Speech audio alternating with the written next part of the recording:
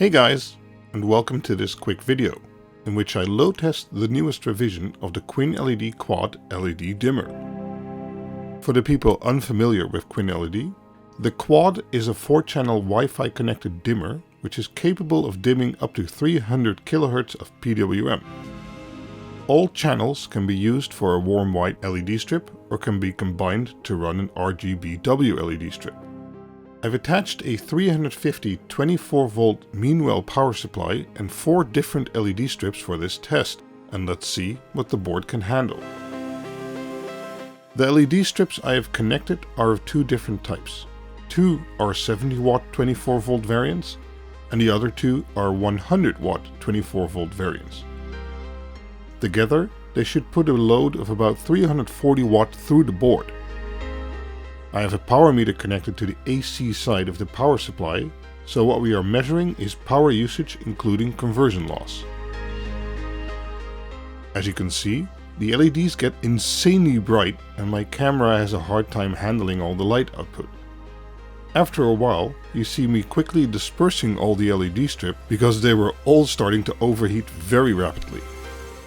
Running LED strip above 30 to 40% without an aluminium profile to disperse some of the heat is never recommended. Especially don't do what you often see online, and that is running the LED strip while it's still on the spindle.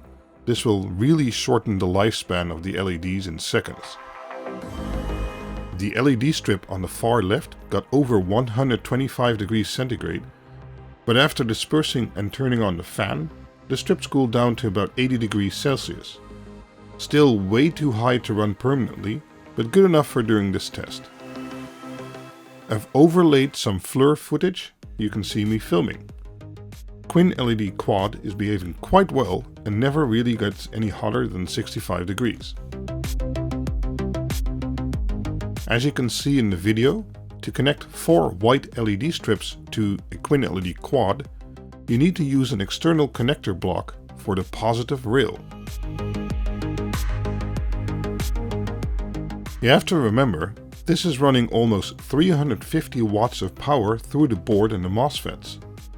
In reality, you won't be running these insanely high power LEDs close to this level for any amount of time. That's what the dimmer is for. This test ran about 15 minutes without any issue. After that, I used Home Assistant to turn them off and then turn them on again at about 75% to test if everything still worked. I'm very satisfied with this test.